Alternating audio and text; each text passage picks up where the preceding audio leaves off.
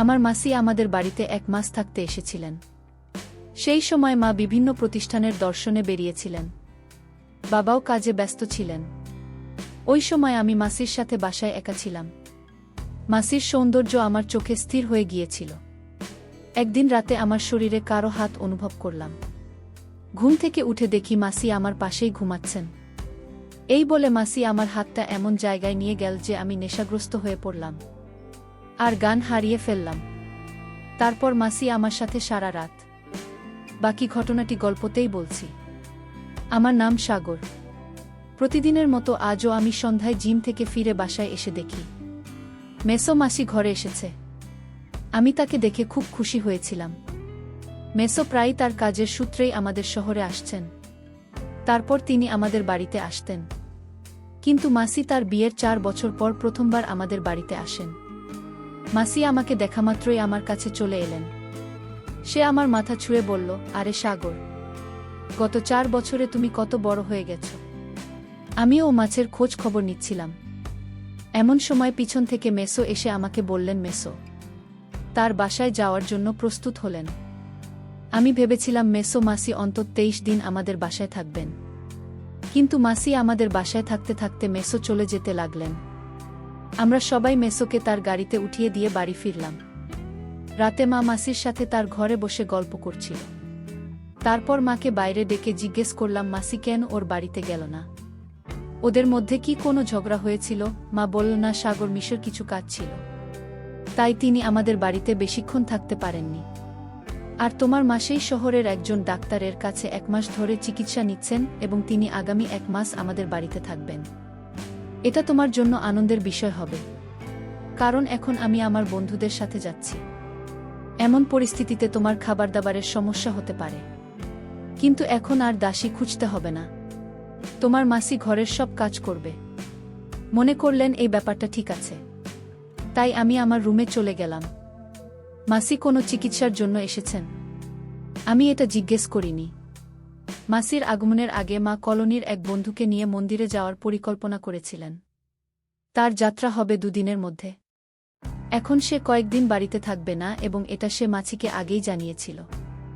মাসি বললেন, তুমি কোনো চিন্তা না করে দর্শনে যাও দিদি, আমি ঘরের সব কাজ করব আর সাগরকে খুব ভালো করে দেখাশোনা করব। এরপর দিন পরিকল্পনা মাফিক মা তার বন্ধুদের নিয়ে ঘুরতে রওনা হলেন। তার যাত্রা ছিল 15 দিনে। আমার বাবা প্রায় তার পরিবহন ব্যবসার কাজে বাইরে থাকতেন এবং তিনিও গতকাল সকালে শহরের বাইরে চলে যান। এখন আমি মাছের সাথে বাসায় একা ছিলাম। মা বাড়ি থেকে বের হতেই আমাকে বারবার কল করতে লাগলেন। তিনি আমাকে নিয়ে খুব চিন্তিত ছিলেন। সন্ধ্যায় বাসায় এসে খাবার তৈরি করতে রান্নাঘরে যেতে লাগলাম। তারপর দেখলাম মাসি রান্নাঘর থেকে আমার খাবার নিয়ে বের হচ্ছেন। প্রতিদিন নিজের খাবার নিজেই রান্না করতাম। মা বলতেন, আমাকে তোমার খাবার ইত্যাদিতে একেবারে অন্তর্ভুক্ত করো না, তুমি যে খাবার চাও তা নিজেই রান্না করো। প্রতি সন্ধ্যায় আমি 2টা সেদ্ধ ডিম এবং স্যুপ খেতাম। কিন্তু আজ মাসি আমার খাবার আগে রেডি করে রেখেছিলেন। সেদিনই আমি প্রথমবারের মতো তৈরি খাবার পেয়েছিলাম। আমি মাসিকে জিজ্ঞাসা করলাম তিনি আমার ডায়েট সম্পর্কে কিভাবে জানলেন এবং তিনি উত্তর দিলেন যে তিনি বিকেলে আমার রুম পরিষ্কার করতে গিয়েছিলেন এবং তিনি সেখানে আমার সম্পূর্ণ ডায়েট চার্ট দেখেছেন, যেটিতে কোনোদিন কি খাবার সবই লেখা ছিল। আমি বললাম, বাহে মাসি, আপনি তো খুব স্মার্ট। আমি খুব খুশি হয়েছিলাম, কারণ আমি তৈরি খাবার পেয়েছি। আমি মাছের প্রশংসা করলে তিনি হাসলেন। পরের 2 দিন এভাবেই কেটে গেল। প্রতিদিন আমার ব্যায়ামের চার্টও পড়ার সময় মাসি আমার জন্য সময়মতো খাবার তৈরি করতেন এবং আমি ঠিক সময়ে সবকিছু পেতাম। 2 দিন পর মায়ের কোল। আমি মাকে বললাম, মা, এখন বারবার ফোন করেও না। গত 3 দিনে তোমার কাছ থেকে 10টা ফোন এসেছে। তুমি আমাকে নিয়ে চিন্তা করা বন্ধ করো। মাসি আমাকে আমার ডায়েট থেকে খাবার সবই ঠিক সময়ে দিচ্ছেন। এখন তুমি আমাকে বারবার কল করবে না। আমায় নিয়ে চিন্তা করার জন্য মাসি আছে। সেদিনের পর থেকে মা আমাকে কল করা বন্ধ করে দেন। কখনো কখনো তিনি 1টি বা 2টি মেসেজ পাঠাতেন। সেই রাতে মাসি আমার রুমে এলেন। তিনি বললেন, আজ ঘুমাতে পারছি না। মাসি আমার সাথে কথা বলতে লাগল। কথা বলতে বলতে আমি মাসিকে জিজ্ঞেস করলাম, তোমার কি চিকিৎসা চলছে? এ বিষয়ে মাসি বলেন, মা হওয়ার বিষয়ে। আমি তাকে আর কোনো প্রশ্ন করিনি। তারপর হঠাৎ বিদ্যুতের মতো একটা বিকট শব্দে মাছি ভয় পেয়ে গেলেন। ভয় পেয়ে মাছি আমার কাছাকাছি আসতে লাগলেন। আমি একটু লজ্জা পেলাম, কারণ মাছির বয়স কম। আমি ভাবলাম মেয়ে মানুষ একটু ভয় পাবে, এটাই স্বাভাবিক। তারপর তাকে সান্ত্বনা দিলাম। আমি তার থেকে নিজেকে দূরে সরিয়ে বললাম, মাছি তুমি তোমার ভাগ্নের মাছি এই ছোট কণ্ঠে ভয় পাও কেন? আমি হেসে মাছের সাথে কথা বলছিলাম, কিন্তু তিনি আমার দিকে অন্য দৃষ্টিকোণ থেকে তাকিয়েছিলেন। তার চাহনি দেখে আমি নিজেই লজ্জা পেতে লাগলাম এবং চোখ নামিয়ে নিলাম। আমি বললাম যে আমার খুব ঘুম পেয়েছে এবং তাকে ও তার ঘরে গিয়ে ঘুমাতে বললাম। সকালে নিজের সময় মতো কলেজের উদ্দেশ্যে রওনা দিলাম। মাসি বিকেলে তার চিকিৎসার জন্য যেতেন। সেই রাতে আমি যখন আমার রুমের লাইট অফ করতে যাচ্ছিলাম, তখনই দরজায় জোরে জোরে টোকা পড়ল। দরজা খুলতেই মাসির সামনে আতঙ্কিত হয়ে আমার রুমে ছুটে এল। মাসি আমাকে দেখামাত্র ভয় পেয়ে শক্ত করে জড়িয়ে ধরলেন। এখন তো বজ্রপাতের শব্দ ছিল না, তাহলে তার ভয় পাওয়ার কি ছিল? আমি প্রথমে তার মাথায় হাত বুলিয়ে তাকে শান্ত করলাম। সে বলল, সাগর, আজ আমি দিদির ঘরে একা ঘুমাতে পারবো না। আমার অদ্ভুত অদ্ভুত চিন্তা আসছে। হয় তুমি আমার ঘরে ঘুমাও, না হয় আমাকে তোমার সাথে তোমার ঘরে ঘুমাতে হবে। আমি মাসিকে শান্ত করে জিজ্ঞেস করলাম, তুমি কিসের ভয় পেয়েছ? এই বিষয়ে মাসি বললেন, আমি যে ডাক্তারের কাছ থেকে চিকিৎসা নিচ্ছি, তিনি আমার সঙ্গে কি করবেন বলতে পারবো না, তাই আমি ভয় পাচ্ছি। আর আমার মাথায় বারবার অদ্ভুত ভাবনা আসছে, যেন সেই ডাক্তার আমাকে এই কথা বলল। মাসির এত কাছে থাকাটা আমার মনে হয় অদ্ভুত চিন্তা নিয়ে আসছিল। জানি না মাসির কি হয়েছে, তার ভিতর মুখ কিছুক্ষণ আগেই দেখেছি, তাই বারবার ওকে নিজের থেকে দূরে রাখতে পারছিলাম না। তাই আমি ঘরের বাতি জ্বালিয়ে দিলাম। বাতি জ্বালাতে মাসি আমার থেকে দূরে চলে গেলেন। পরের দিন আমি আমার মাসির সাথে সেই হাসপাতালে গেলাম যেখানে তিনি চিকিৎসাধীন ছিলেন। আমি হাসপাতালের পরিবেশ তো আমার ঠিকই লাগে এবং ডাক্তার মাসিকে চিকিৎসা করতে লাগল। সে অনেক বড় মতো ছিল। মাসি আমাকে তার সম্পর্কে কেন এমন কথা বলছিল? মাসেই চিকিৎসা শেষ করে বেরিয়ে এল, তার মুখ বিষণ্ণ দেখাচ্ছিল। আমি যখন তাকে তার মুখ বিবর্ণ হয়ে যাওয়ার কারণ জিজ্ঞেস করলাম, সে বলল, কিছু না, আমি প্রতিদিন এই চিকিৎসা পেয়ে বিরক্ত হয়ে গেছি। মাসির বিষণ্ণ মুখ দেখে তাকে বললাম, চিকিৎসার কথা বাদ দিন, আজ আমি তোমাকে আমার সাথে সিনেমা দেখতে নিয়ে যাব। আমি ভাবলাম সে একটু ঘুরবে কি না, তাহলে হয়তো সে কিছুটা স্বস্তি পাবে, কারণ গ্রামে সিনেমা হল কোনো জিনিস ছিল না এবং মেসো মাসিকে খুব একটা বেড়াতেও নিয়ে যেতেন না। আমি এটা খুব ভালো করেই জানতাম, যত তাড়াতাড়ি সে শুনল যে আমি তাকে বেড়াতে নিয়ে যাচ্ছি, মাছির মুখ উজ্জ্বল হয়ে উঠুন। অর্ধেক মুভি দেখার পর মাসি আমার হাত ধরে কিছুক্ষণের মধ্যেই আমার কাঁধে মাথা রেখে ঘুমিয়ে পড়লেন। বাসায় আসতেই মাসি বললেন, সাগর, আজকে তুমি আমায় একটা স্মরণীয় দিন করে দিল, আমি এই দিন ভুলব না। তিনি আরও বললেন, আজ মনে হচ্ছিল আমি নিজের সাথে না, আমার প্রিয়জনের সাথে গেছিলাম। মাসের কথা বলা বন্ধ করে দিন। কিন্তু আমি বুঝতে পারলাম প্রিয় বলতে কি বোঝাতে চাই। আমি তোর কথা এসেছিলাম এবং তাকে বাড়িতে রেখে আমার জিমে চলে গেলাম। আমি জিম থেকে ফেরার সাথে সাথে রাতের খাবার খেয়ে স্নান করতে গেলাম।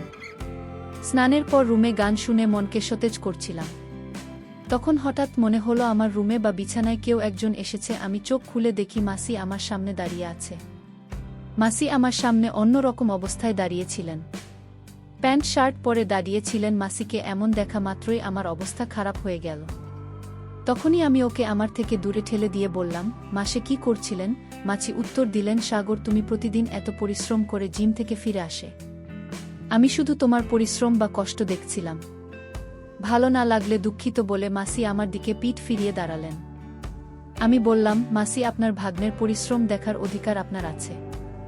আপনি হঠাৎ এসেছিলেন, তাই আমি একটু ঘাবড়ে গিয়েছিলাম। মাসি কখনো আমার প্রশংসা করতে ক্লান্ত হননি। আমার প্রতি মাসির আচরণে হঠাৎ পরিবর্তন দেখে আমি ভাবতে লাগলাম আমি ওকে আমার রুম থেকে দূরে ঠেলে দিলাম। আজ রাতেও মাসি আমার রুমে এসেছিলেন এবং এবার তিনি সীমা অতিক্রম করলেন। তিনি আমার মায়ের একটি টি শার্ট পরে এসেছিলেন। আমি তাকে জিজ্ঞাসা করলাম, আপনি কোথায় যাওয়ার প্রস্তুতি নিচ্ছেন? এই বলে মাসি বলল, সাগর, তোমাকে কি সব শিখিয়ে দিতে হবে? যাই হোক, কয়েকদিনের জন্য আমার শ্বশুরবাড়ি যেতে হবে। সেখানে আমাকে বাড়িতে পড়তে দেওয়া হবে না। এখন যদি আমার ইচ্ছেগুলো পূরণ না করেই কবে করব? এই কথা বলতে বলতে মাসি আমায় জিজ্ঞেস করলেন, সাগর, তুমি আমাকে কেমন পছন্দ করো? আমি বললাম, তুমি খুব সুন্দর।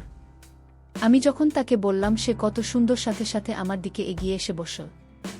মানুষের আচার আচরণ এখন আমার কাছে একটু অদ্ভুত লাগতে শুরু করেছে। আমি যখন ওকে ওর রুমে ঘুমাতে বললাম, তখন মাসি বললেন, আমি একা ঘুমাতে অভ্যস্ত নই। একা ঘুমাতে ভয় লাগে এই বলে সে আমার রুমে শুয়ে পড়ল। যখন তাকে মাছি আমার ঘরে ঘুমাতে শুরু করেছে, তারপর থেকে রাতে ঠিকমতো ঘুমোতে পারিনি। সেই রাতেও মাসে ঘুমের মধ্যে ঘোরাতে লাগলেন মাসির। এমন কাণ্ড দেখে সারা রাত মেঝেতে ঘুমাতে পারিনি। এভাবে আর কতদিন চলবে কিছুই বুঝে উঠতে পারছিলাম না। এখন আমার মনে হতে লাগল যে মাছির যত তাড়াতাড়ি সম্ভব তার বাড়িতে ফিরে যাওয়াই উচিত, কারণ দিন দিন তার দৃষ্টি আমার দিকে সংকীর্ণ হয়ে যাচ্ছিল। পরের দিন দুপুর 2টায় ঘুম থেকে উঠে রেডি হয়ে ঘর থেকে বেরিয়ে দেখি বাবা বাইরে। আমাকে দেখামাত্রই বাবা বললেন, সাগর উঠেছে, উঠতে এত সময় লাগার কিভাবে? আমি বাবার কাছে মাসির অভিযোগ করিনি। আমি তাকে মিথ্যা বলেছিলাম যে আমি রাতে সিনেমা দেখেছি, তাই দেরি করে ঘুমিয়েছিলাম। বাবা বলল, ঠিক আছে। ও খাবার খেয়ে বিশ্রাম নিতে চলে গেল। বাবা বাড়িতে এলে কিছুটা স্বস্তি পেলাম বা বিশ্রাম নিতে রুমে চলে গেলেন। ঠিক তখনই মাসি আমাকে খাবার টেবিলে খেতে বসিয়ে দিলেন। সে আমাকে এভাবে খাবার পরিবেশন করছিল যেন সে আমার নতুন বউ। কোনো রকমে মাথা নিচু করে খাবার খেলাম। সেই রাতে আমি ভালো ঘুমিয়েছিলাম, কারণ বাবা বাড়িতে ছিলেন বলে মাসি আমার রুমে আসেনি। রাতে বাবা আমার রুমে শুয়েছিলেন। পরের দিন বাবা নাস্তা করে চলে যাওয়ার সময় বাবা বললেন, আমি 4 দিন পর বাড়ি ফিরব। মানে বাবা বাড়িতে এসেছেন মাত্র 1 দিনের জন্য। বাবা, তুমি 4 দিন বাড়িতে থাকবে না? এ কথা শুনে মাসির মুখের ভাব বদলে গেল। সে হঠাৎ অদ্ভুত চোখে আমার দিকে তাকাতে শুরু করল। বাবা চলে যাবার সাথে সাথে আমি আমার রুমে গেলাম জিনিসপত্র সংগ্রহ করতে, সবকিছু জোগাড় করে। যখন হলে এলাম তখন আমার পরনে ছিল একটি মাত্র জুতা। ঠিক তখনই মাসির চিৎকারের আওয়াজ শোনা গেল। তার চিৎকার শুনে আমি দৌড়ে সেখানে যাই। সাগর, তাড়াতাড়ি ভিতরে, সে আমাকে বাঁচাও। মাছি বারবার এই কথা বলছিল। তার চিকিৎসা এখনো কয়েকদিন বাকি ছিল, তাই তার কিছু হতে পারে এই ভয়ে আমি খুব ঘাবড়ে গিয়েছিলাম। তারপর সোজা বাথরুমে ঢুকলাম। যে আমি বাথরুমে গেলাম সেখানে আমি গরম জলের বাষ্প দেখিনি, গিজার লিক হতে দেখিনি। সেখানে আমি এমন কিছু দেখেছি যা আমার দেখা উচিত হয়নি মাসিকে।